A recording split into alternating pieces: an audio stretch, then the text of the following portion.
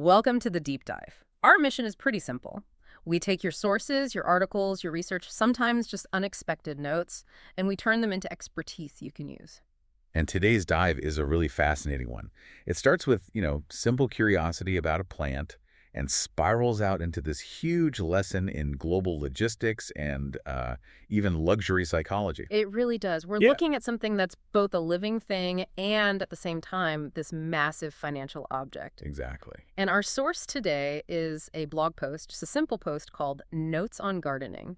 It's by a guy who calls himself an old software plumber, and he just stumbled upon a plant with a price tag that was so shocking, it basically demanded an investigation. And the plant itself is the European olive tree, Olea europaea, Right. a tree that really belongs in the Mediterranean, Mm. in a dry, temperate climate. So just finding one in a tropical garden center is your first clue that something complicated is going on. And that brings us to the hook, the fact that just kicks this whole thing off. The price. For one single tree, not even that big, maybe the size of a large shrub, the price was MYR 26,800 Which is, that's a down payment on a house. for a car, for Yeah. a plant in a pot. It's unbelievable. And that's the question we're really digging into for you today. When you see a price like that, what you're actually seeing is the result of centuries of growth, some incredibly complex logistics, and a very specific market demand. Okay, let's unpack this. For that much money, the object itself must have some kind of incredible intrinsic value. And for the olive tree, it seems like that value is all about time. Precisely. Yeah. The whole prestige of the olive tree is founded on its legendary lifespan. It's not just a plant. It's basically a living monument. A monument. Yeah. When you buy a mature olive, you're connecting your property to this sense of deep, deep history. These trees can live for thousands of years. It gives a place a feeling of permanence. That's incredible. It's like we talk about architectural heritage, but this is buying living heritage.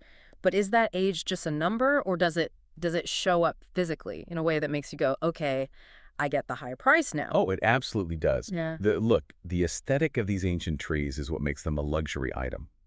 The source mentions the most prized part is the trunk. It's sculptural, it's gnarled. Right, not like a young, smooth tree. Exactly. A young olive is straight and, pretty plain. An ancient one is twisted and rough. It looks like it survived for centuries, because it has. So I wonder, is that gnarled look purely natural? Or is it something like a giant bonsai, where someone is shaping it over time to get that specific aged appearance? It's a bit of both, really. Ugh. The slow growth over hundreds of years naturally creates that amazing texture. But you're right, the trees that get selected for this export market have often been managed for decades. Maybe some root pruning, or they're carefully stressed to really accentuate that rugged look. It is a living piece of art. So centuries of nature plus decades of careful management.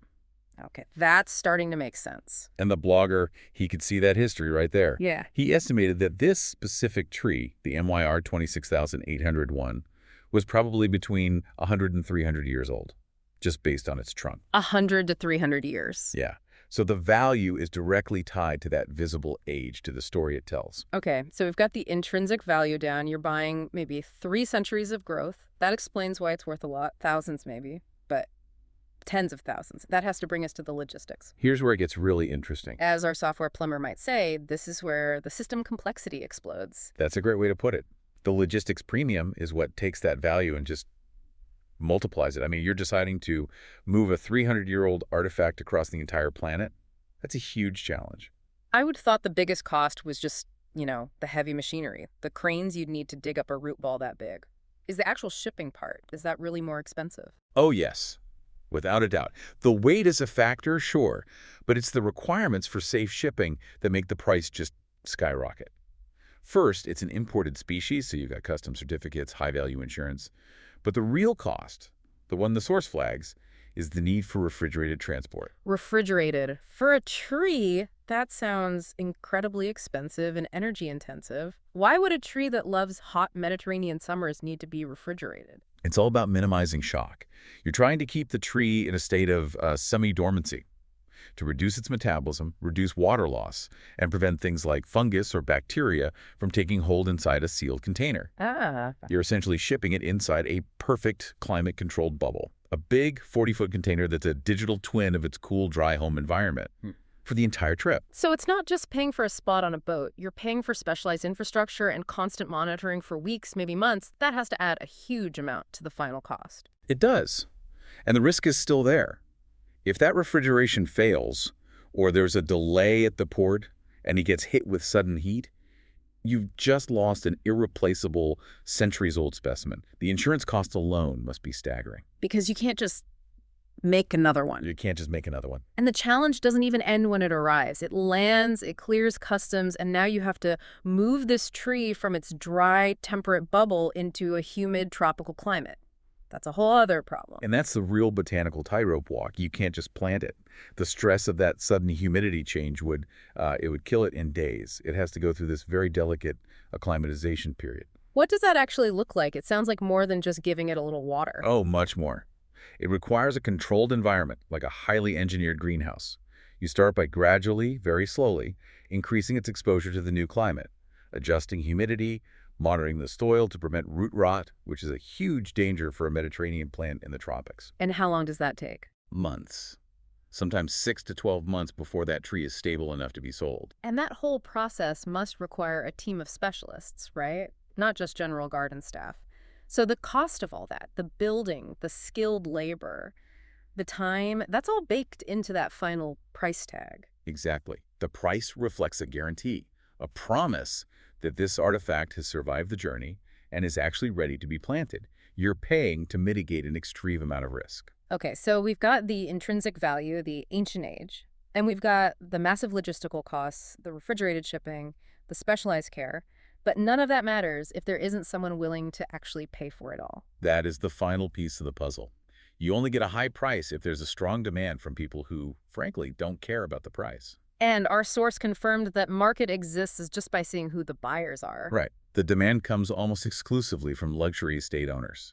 For them, this isn't about gardening. It's about landscaping as major status symbol. That's the part that's so fascinating to me. If they just wanted a big, beautiful tree, they could get a mature, local, tropical species for, what, a fraction of the cost.